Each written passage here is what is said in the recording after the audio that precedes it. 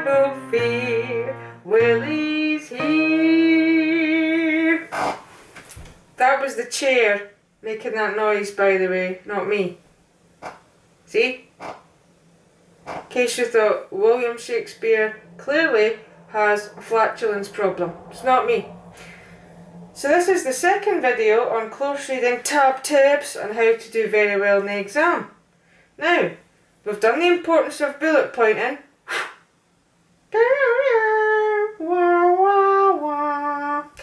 Now we're going to do the importance of taking something into the exam.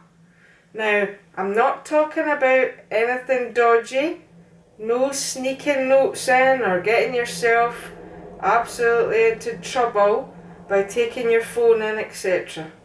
Your best friend in the English close reading exam is this. Are you ready? Dun, dun, dun, dun, dun, dun, dun, dun, dun, dun. Here it comes, here it comes. Ooh.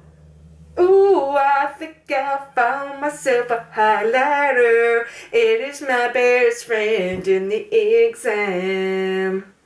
Now this is going to be your friend, so treat it nicely.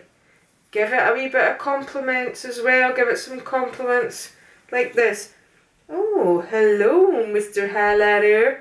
If you have lost weight, you're looking mighty fine. Ready, steady, go. Here is why this is so important in the exam.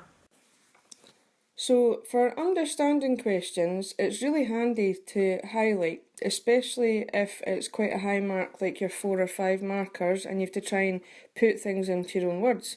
The reason is, and here is a wee example, why you should highlight like a skylight. So the passage says, the forest ranger was given a talk on his favourite animal, the tiger. Although a tiger would rather avoid confrontations with humans, it may attack them under certain circumstances. If a human has trespassed onto its territory, or he is seen as a threat to the female cubs, the onset of old age and, consequently, diminished hunting skills may also encourage a tiger to attack a human, he explained. So a typical exam question would be something like, using your own words, and that's always in bold for a reason, so please pay attention to it. Explain why tigers may attack humans, and it's worth 4 marks. So a lot of kids, if you don't have a highlighter, or a lot of kids, what they'll do is they'll just get their finger, run it along, find the first one, and then go, oh, there it is. If a human has trespassed onto its territory, that's the first one. So they'll go to their paper, and they'll just try and write that in their own words. Problem is, if you've written that one, then you have to go back to the passage and then go, oh, where was I, and then try and find it again. So the first thing that highlighting does is it actually cuts down on your time, because what you should do is you should go through the whole paragraph like the one on the screen here and highlight the 4 things first, because then you've done all the legwork. You don't have to go back and reread that passage or that paragraph like 3 times again. So it actually cuts down on your time, which is brilliant, especially because you're in that exam conditions and you've only got an hour to fill that bad boy, to finish it. So the other good reason why highlighting is important in this context is that you can see at a glance, that was a dog, you can see at a glance if you've used your own words or not. So for example, if you've written trespassed, you'd be like, oh no, what's another word for trespass? Because you'll see quickly, because you've highlighted it, it'll stand out and say, hello, I'm highlighted, pay attention to me.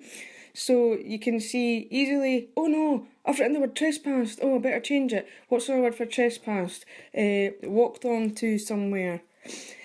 So it does actually, it makes it easier because you can see at a glance, because the highlighter's staring you in the face, yes, in the face, that you've done it. So that's why it's important. 1, it cuts down on the time, and 2, you can see at a glance, oh, I've lifted that word, I better change it. And it's easier to see if you've got certain bits of the passage highlighted. Okay, so moving on, the next reason why highlighting is really important is in the analysis questions, especially the ones that are high marks. So this extract is one that some of you will find familiar. It's from an article about parents 30 years ago who didn't have much money but who loved their children and did what they could for them.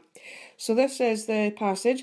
I remember only once going to a restaurant in the UK. It was a motorway cafe on the A303 road. My father told us, wincing as he looked at the laminated text with its stomach-churning pictographs, that we could have spag bol from the children's menu. We had a TV, but as we lived in Belgium, there was nothing to watch apart from 2 American sitcoms which came only once a week. My parents were so hard up that when we went to England for holidays on the family farm, my father would invariably book cheap overnight ferry crossings from the continent. He would never shell out for a cabin, despite the 1am or 2am departure slots. So, a typical exam question here: show fully how examples of the writer's use of word choice helps convey the idea of her family being hard up. Now, I know from experience that a lot of kids don't actually know what hard up means, so it means, how do we know that, basically as it says in the context at the top, they don't have much money. So what you've got to try and do is, remember at National 5, you only need to find me 2 quotes, because you'll get 2 marks for the quotes and 2 marks for explaining how does it show that they're hard up, which is basically poor. So you'll get 2 marks for explaining that quote. If this was a higher text, then obviously you would need to find me possibly 2, 3 or 4 quotes, depending on how much you've analysed those particular techniques. But we'll talk about that in another video, because this is really aimed at National 5 level.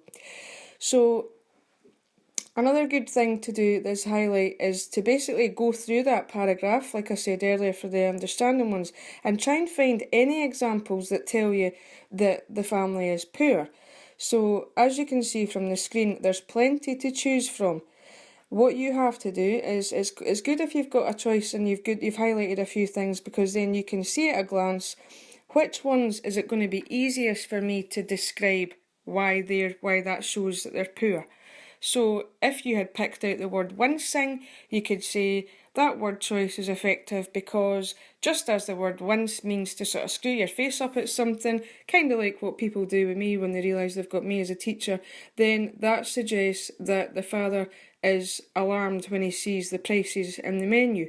Or you could just pick out spag bol. Obviously they're not given a choice, which suggests that he's basically picked the cheapest thing from the menu. Or the fact that it's from the children's menu. You know, they're not getting a choice, they've got to pick the really small portions. I certainly would not be picking that if I was in a restaurant, to be honest with you, but I'm sure you've guessed that. Defo a pudding. So the reason why, to summarise, why highlighting is good for the analysis questions is you can just go through the paragraph with your highlighter, try and highlight as many things as you can that are focused on the task, whatever it is, and then you can just easily see at a glance which one is it going to be easiest for me to explain. Right, and that's all you've got to do. So you would just quote the thing that's highlighted and then explain in relation to the task. So in this context it would be, why does it show that they're poor? And that's it. Hopefully I have convinced you all that highlighting is the way to go. Or you can underline, obviously, you don't have to take a highlighter in. I don't have shares and highlighters that, you know, like Stabilo or whatever the company is. I can never pronounce that, to be honest. I'm just going to embarrass myself just for a change. So you can just underline things if you would prefer, but it's really handy, and I hope I've convinced you.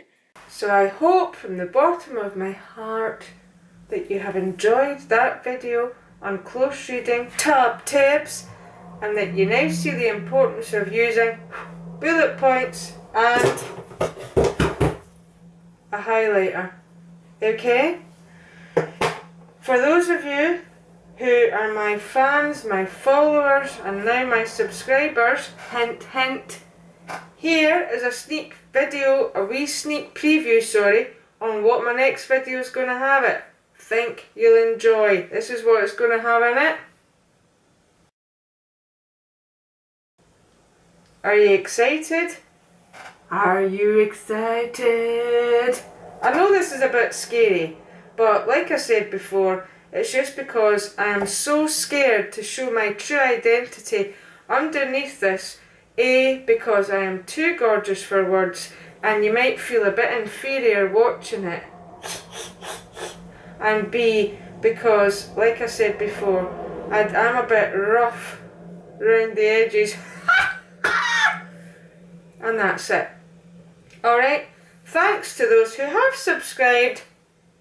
And let's do some more of this. Let's get on it like a bonnet. Until the next time, have no fear, Willie's here. Have no fear, Willie's here.